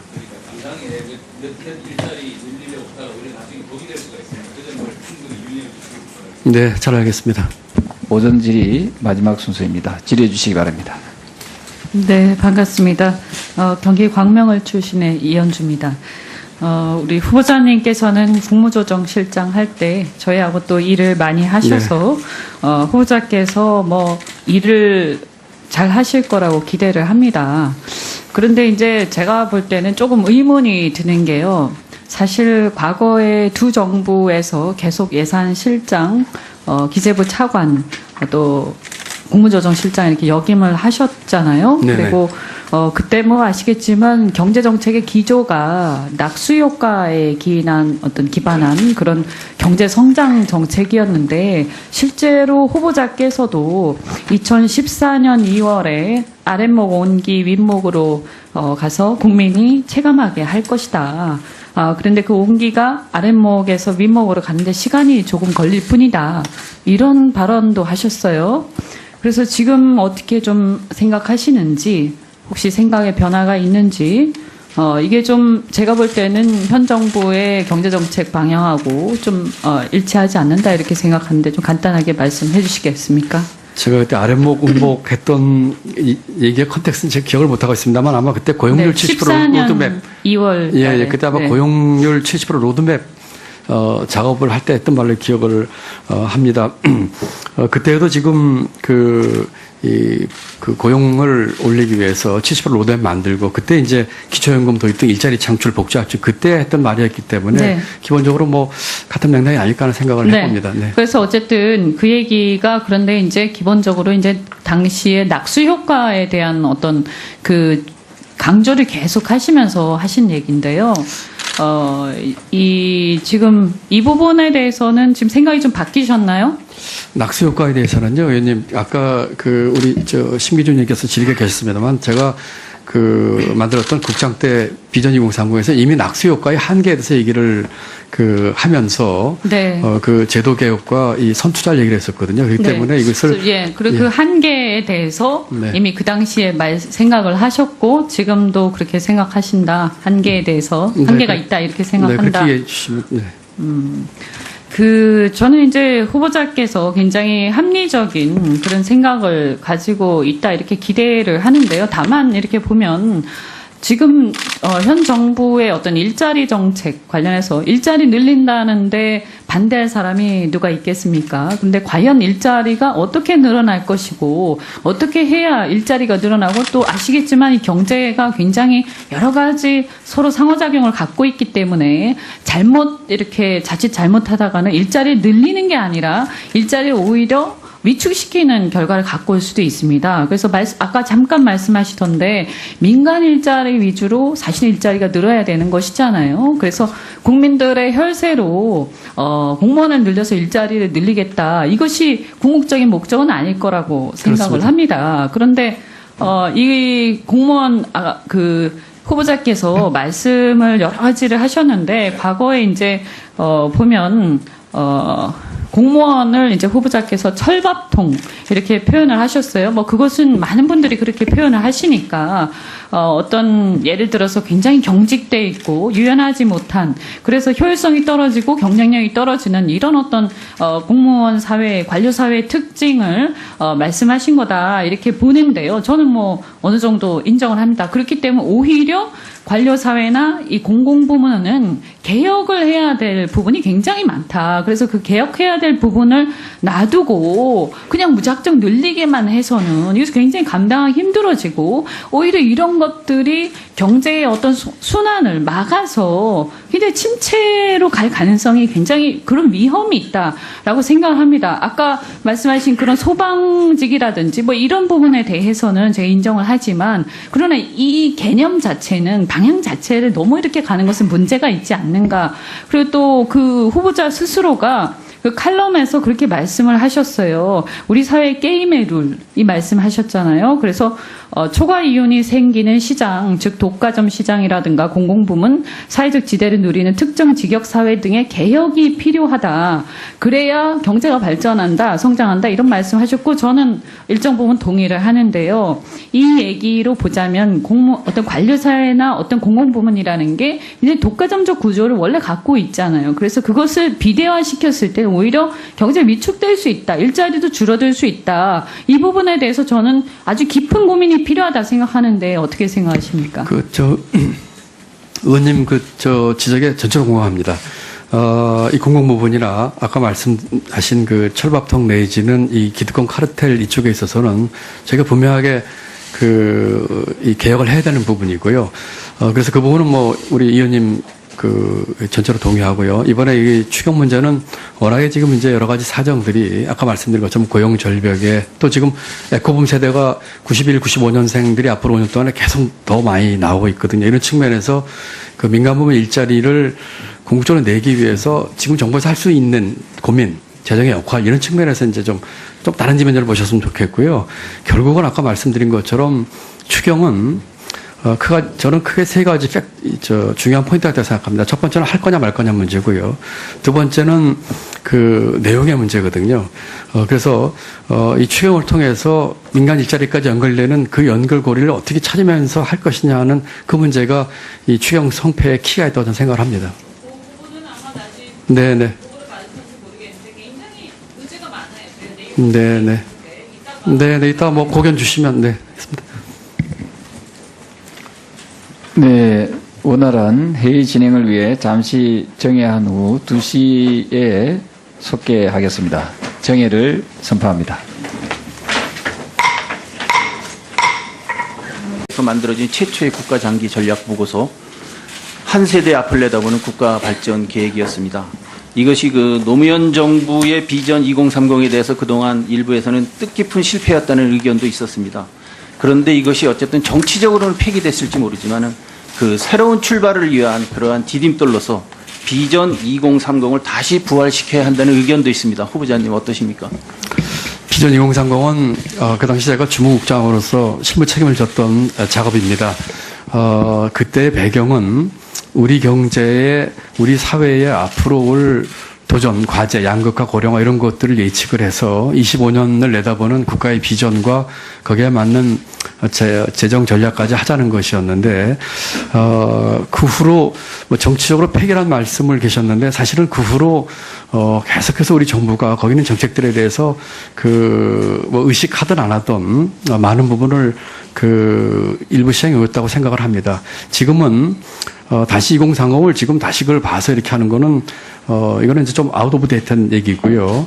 다만 말씀하신 취지가 새로운 도전 과제 또 그때 해결하지 못한 도전 과제를 해결하기 위해서 뭔가 좀 중장기적인 비전과 전략을 가져야 되지 않겠느냐 하는 측면에서는 동의 말씀드립니다만 2030 보고서를 지금 다시 이렇게 그대로 쓰는 것은 아니라는 생각이 듭니다. 다시 화면을 한번 보시겠는데요. 지금 보시는 것처럼 그 문재인 정부의 공약은 비전 2030에서 추구하던 정책 방향과 상당히 동일합니다. 지금 결국 문재인 정부의 그 소득주도 성장 정책이 성공을 거두기 위해서는 비전 2030과 같이 이념과 세대를 뛰어넘는 그러한 국민적 공감대를 얻을 수 있는 장기 국가 종합 전략이 필요하다고 생각이 됩니다. 이 장기 국가 종합 전략이 필요하다는 데 대해서는 어떻게 생각을 하십니까? 동의합니다. 동의, 한 말씀 네. 올려도 될까요? 예. 비전 2030을 많은 분들이 그 보고서를 보시면은 가장 중요한 것이 비전 2030에 담겨있는 철학입니다. 그 철학은 첫 번째가 제도 혁신입니다.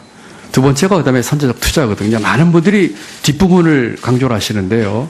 앞부분에 있을 제도 혁신 부분이 되면서 그러면서 이 선제적 투자가 돼야지 우리가 희망하는 비전 달성의 국가로 갈 수 있다는 두 가지 틀이 있는데 이 제도 혁신 부분 예를 들어서 그때 제기했던 것이 정년 연장 임금 피크제, 국민 직역연금 개편, 복지전달체계 개편, 학제 개편, 서비스 산업 경쟁 이런 것들이거든요. 그래서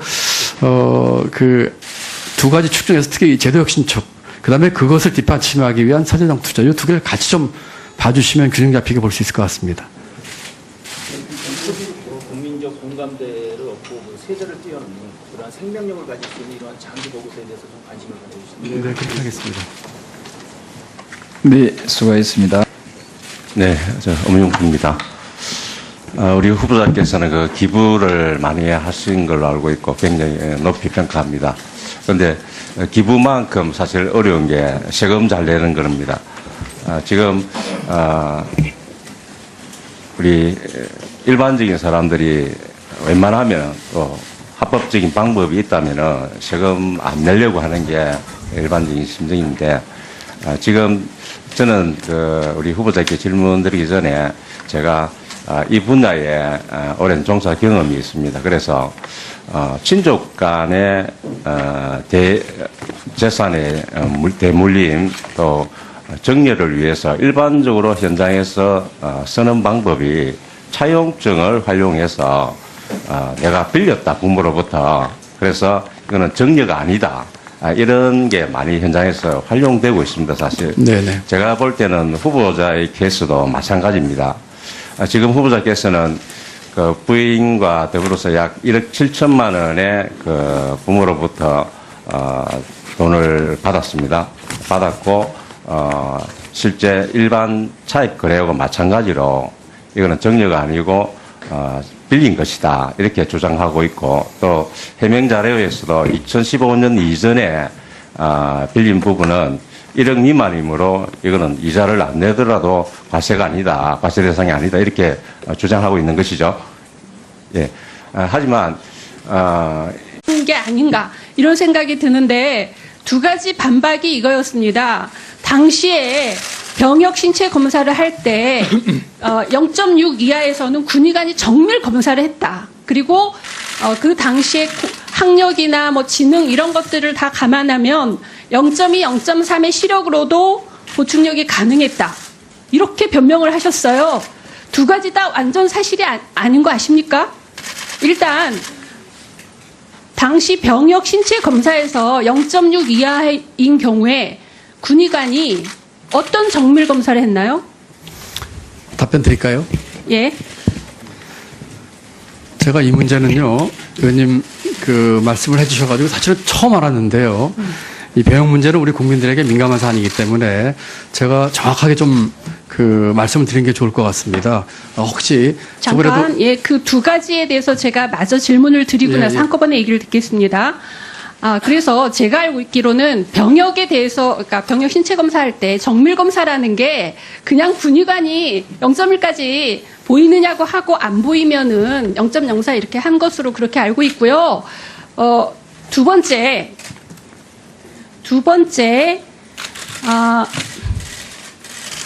0.2였으면 당시에 무조건 현역에 갔습니다. 예, 당시에 그 증인이 아까 후보자가 말한 대로 학력, 체격, 연령, 지능 네 가지를 고려한 건 맞는데요. 이 지금 지능의 경우에는 그냥 고졸이면 무조건 2점을 줬습니다. 그리고 연령의 경우에는 연령은 증인이 어렸기 때문에 무조건 1점입니다. 그리고 학력은 고졸이어서 2점이에요. 무조건 5점은 픽스가 돼 있었어요. 그리고 남은 게 이제 그 시력 문제인데, 시력이 증인이 당시에 0.04로 받은 이 을종은 5점이어서 5점 플러스 5점을 하면 여기 평가표에 의해서 10점이 돼서 보충력이 됩니다. 그런데 0.2인 경우에는 1을종이 되기 때문에 현역이 무조건 가능합니다. 여기에 대해서 말씀해 주세요. 네. 말씀드렸다시피 이 병역 문제는 굉장히 중요한 문제이기 때문에요. 그 제가 소명할 수 있는 기회를 좀 주셨으면 좋겠습니다. 우선 첫째로 박 의원님께서 그 얘기를 쭉 제기를 하셔서 저는 사실 처음 알았어요. 이번에 제 병적 기록부든지 또 80년대 공무원 임용할 때 신체 검사는 처음 알았는데, 그래서 쭉 이제 기억도 되살리고 했습니다. 이게 굉장히 오래된 일이라서요. 77년도 일이니까요. 첫째로 시력 검사에서 말씀드리자면은 공무원 임용 때 시력 검사를 제가 보니까 경찰병원에서 받았습니다. 그때는 아시는 것처럼 이렇게 벽에다 붙여놓고 한쪽도 가리고 보는 그런 검사입니다. 그리고 그 징병검사에서의 그 시력 검사는 일단 일정한 기준이 이하가 되면은 그 정밀 검사를 했다고 그래요. 제 생각에 정확히 기억은 안 납니다만은 2차 검진에서 이렇게 시력표 보고 하는 그런 검사는 안 했던 것 같아요. 그래서 지금 제가 조금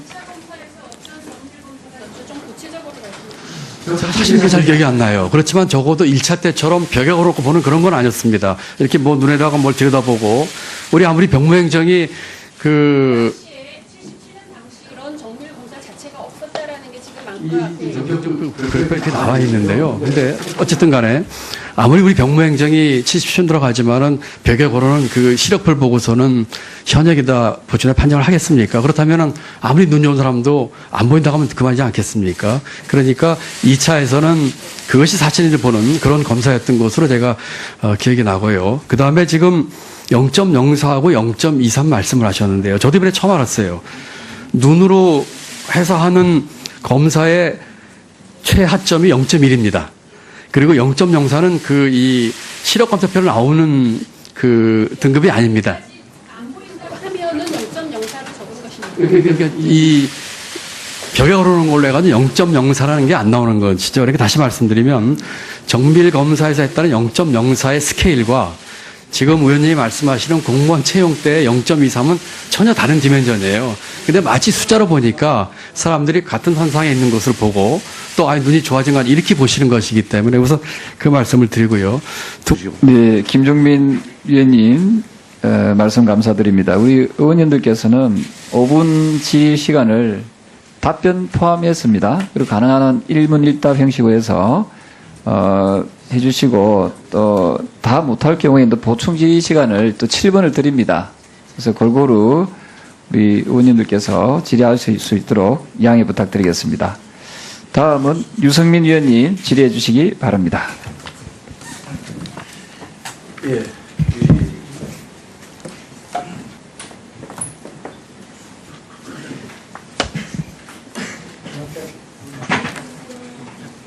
이걸 들어봐요.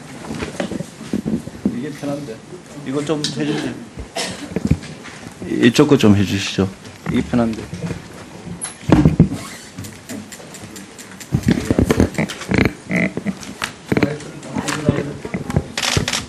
예, 이걸 하겠습니다. 예. 예. 우리 후보자님 축하드립니다. 예. 그 부총리 겸 기재부 장관이 되시면 중심을 잡고 네.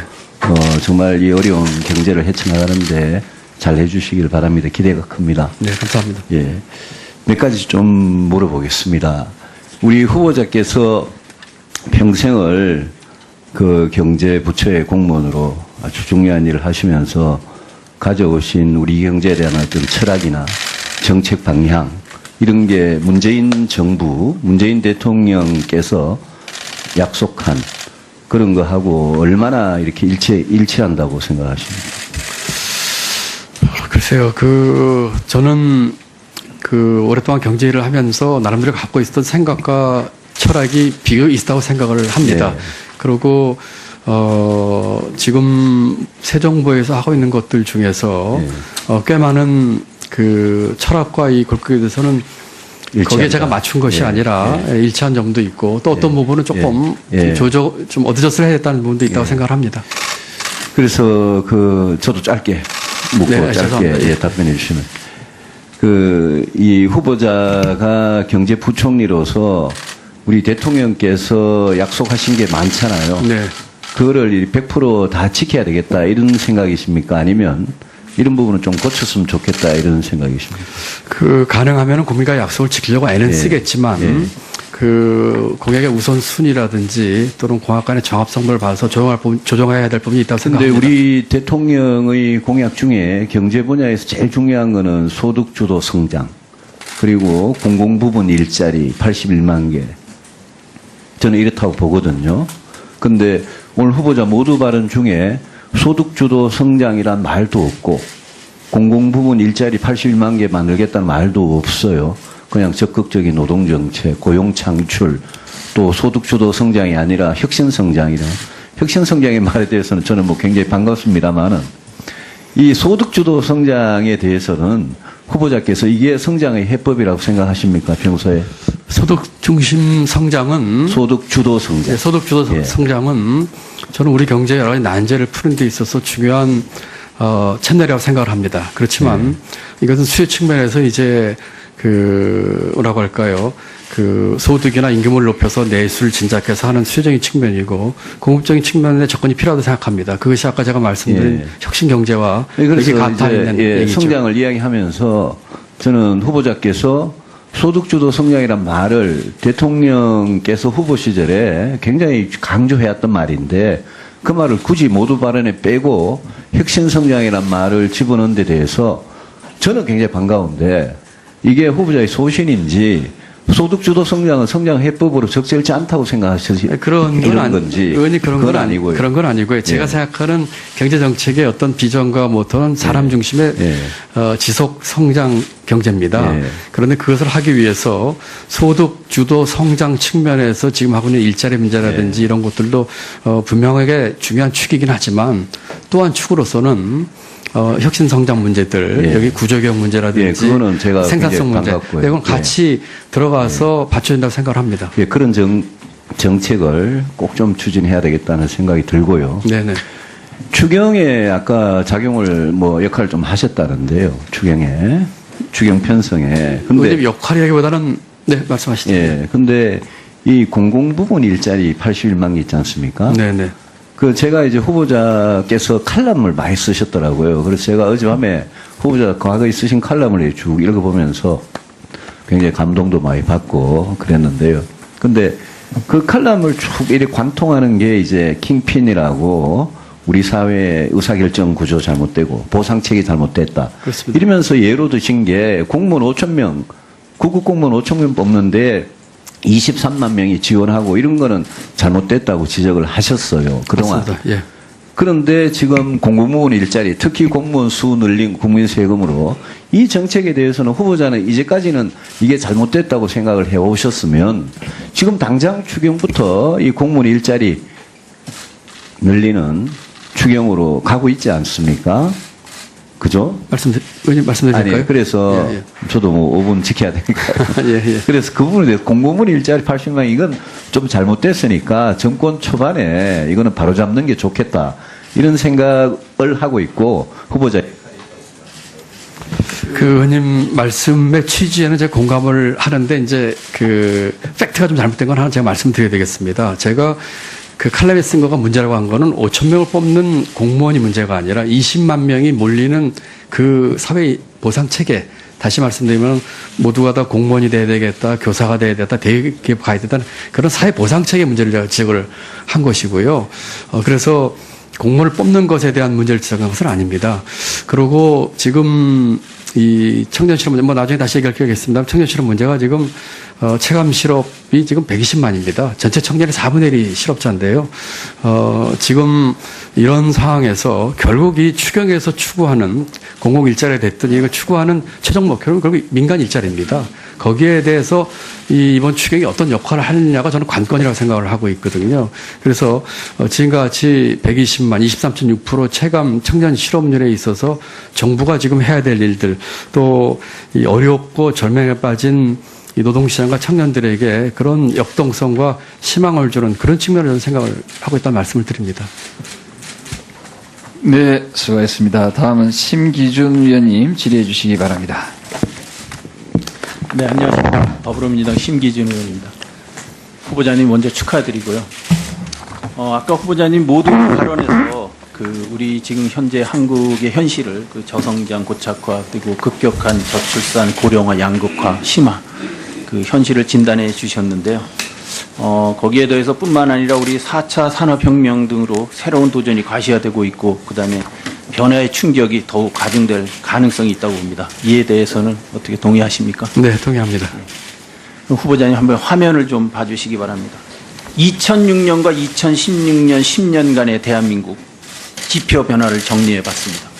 GDP 1인당 국민소득, 월 가계소득 등 양적 성장은 어느 정도 이루어졌지만 우리가 질적 성장은 전혀 이루지 못했다는 지표가 지금 말해주고 있습니다. 1인당 국민소득은 역시 3만 불의 벽에 막혀 있습니다. 후보자님 10년간 발전 없는 대한민국의 현실과 향후 5년 안에 구조적 문제점을 시정하지 못할 경우 부패와 양극화로 몰락한 필리핀의 전철을 밟을 수도 있다는 의견도 있습니다. 어떻게 생각하십니까? 필리핀의 전철은 좀 과하신 예 같고요. 지난 10년 동안에 2006년도에 2만 불 소득 돌파한 뒤로 지금 계속 정체 내지는 3만 불을 못 뚫고 있습니다. 일종의 이 바틀렉인데요. 앞으로 5년 굉장히 중요한 시기라고 생각을 해서 그 같은 경제 구조적인 문제 해결에 저희가 매진해야 될 때라는 그런 말씀을 드립니다. 네, 다시 한번 화면을 좀 봐주시기 바랍니다. 그 경제 사회 분야별로 주요 정책을 제시했는데 후보자님 이러한 지금 보시면 이 방향에 대해서 지금 어떻게 좀 동의를 좀 하십니까? 제가 지금 잘 안 보이고 큽니다만 대체적으로 의원님 주신 게 맞는 방향이 아닌가 싶습니다. 예. 그러게요. 근데 이 공약들이 사실은 우리 후보자님께서 2006년 실무 책임자로 만드신 비전 보고서 2030의 세부 내용입니다. 네네. 이 비전 2030이 대한민국의 두 번째 저도 이제 이걸 기회로 해서 이제 쭉 알아봤습니다만 징집 등급을 제가 상급을 받았습니다. 그게 이제 최종 판정이지요. 징집 등급 상급 받기 위해서는 두 가지의 요소가 있다고 합니다. 첫 번째가 신체 검사 등급입니다. 제가 거기에는 2을을 받았습니다. 그 다음에 징집 등급, 옆에는 글씨가 안 보이더라고요. 그게 지금 의원님 말씀하신 합계 10점짜리입니다. 그러니까 제가 연령에서 1점, 학력에서 2점, 체격에서 5점, 지능에서 2점 받아서 시험을 받은 것입니다. 그래서 요 두 개가 합쳐져서 내려진 판정이 상급입니다. 그래가지고 제가 이제 보충력을 해서 이제 1년 3개월 일병 근무를 했던 것이고요. 다만 하나 오해할 수 있는 것이 제가 이 병적표를 저도 처음 봤는데요. 밑에 보면은 의원님 말씀하신 것처럼 중등도 근시, 이게 무슨 말인지 제가 잘 모르겠으나 영어로 ENB 해놓고 대위 김정철 써 있습니다. 이것은 이 당시에 2차 정밀검사한 군의관이, 안과 전문 군의관이라고 합니다. 그 사람이 거기다 북이라는 것입니다. 그래서, 결론적으로 말씀드리자면, EPB라는 것이 그러니까 눈에서 EB, 그러니까 이일종을 받아서 보존이 됐다라는 얘기예요. 그래서 알겠습니다. 저보다 더 많이 알고 계시니까요. 그런데 제 결론이 이렇습니다. 여기 그 군의관인 대위 이 김정철이라는 사람이 한 것은 제 시력에 대한 특기사항을 적은 것이고요. 그 다음에 이것을 비롯 이 시력에서 중점을 둬서 한 신체 검사 등급은 2을이었고요. 아까 말씀드린 10점을 받은 징집 등급 두 개가 합쳐져 가지고 제가 상급을 받은 것이 되겠습니다. 그 다음에 이 일에서 이제 고시공부 얘기를 하셨는데요. 이때 제 상황이 이렇습니다. 77년 제가 만 20살 때입니다. 제가 17살 때부터 직장을 다녔는데요. 이때 제가 고졸로 직장을 다니고 있을 때입니다. 가장 그 힘든 시기에서 그때는 군대를 못해 한다는 생각도 없었고요. 그대로 이 체제에 맞춰서 가는 것이었죠. 그리고 정말로 힘든 시기였습니다. 이 군대를 못해 한다는 생각도 없었고요. 그 다음에 일병으로 제가 만기 제대를 하고 그때가 제가 대학교 2학년 1학기 때입니다. 고시 공부는 2학년 말부터 시작을 해서 3학년 때 처음 시험 봤습니다. 이때는 제가 고시가 있는지도 몰랐을 그런 때입니다. 그냥 힘들게 살 때였고요. 고시 공부나 이런 것은 군대를 마친 뒤에 시작을 했고, 기록을 보시면 제가 첫 번째 응시한 것이 80년도 3학년 때 응시를 했기 때문에 이때는 그런 것을 위해서 하는 것은 뭐 생각도 하지 못했던 그런 때라고 였습니다. 그래서 제가 이 문제에 관해서는 의원님께서 여러 가지 이렇게 그 지적을 해주셔서 저도 많은 걸 이제 알게 됐습니다만 국민 여러분들께 명명백백하게 이 배용 문제만큼은 제가 꼭 좀 해명을 했단 말씀 이렇게 길게 말씀드렸습니다. 그러니까 군의관이 2차 검사에서 어떤 정밀 검사를 했는지에 대해서 해명을 못하시면 전혀 해명이 안 됩니다. 그런데 의원님 그거를 병무청이라 그 군의관이 해명해야 될 거 아닐까요? 제가 아까 말씀드린 것처럼 어떤 기계를 썼는지는 모르지만 분명한 것은 벽에 걸린 그걸 다시 해서 그 2차 검사를 한 건 아니고 이 눈에다가 뭘 이렇게 보더라고요. 아마 이 조리개라고 하나 이런 걸 보는지 모르겠는데 아마 그것이 그 앞에 나한 검사한 것에 대한 정확도 이런 거 아닌가 싶은데 지금처럼 뭐 어떤 기계가 썼는지 그거는 제가 기억이 안 납니다만 적어도 벽에 걸린 시력 검안표를 보고 한 그런 것은 아니었습니다. 그리고 분명히 이 안과 군의관이 밑에다가 자기 도장까지 찍어가지고 그걸 했거든요. 그래서 그때 어떻게 했냐는 것은 제가 틀림없이 뭔가를 했는데 뭐 기계를 제 눈에 들여다본 건 기억이 나는데 정확하게 뭔지까지는 제가 지금 기억이 나지 않는 말씀을 드립니다. 네네. 네, 수고하셨습니다. 네, 김정윤 의원님 의사진행 발언해 주시기 바랍니다. 지금 우리 이 질의 답변이 5분인 거 맞죠? 지금 이제 1시간 지났는데요. 지금 전체적으로 그 질의 5분이에요, 지금. 계속.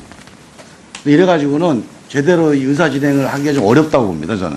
그래서, 물론 뭐 지금 우리가 질문하실 게 많다는 건 충분히 이해를 하는데, 오후 질의 시간이 있어요. 뭐 저녁 먹고 할 수도 있는 거 아닙니까? 그래서 일단 질의 규칙을 좀 제대로 지킬 수 있도록 위원장님께서 잘 지도 좀 해주세요.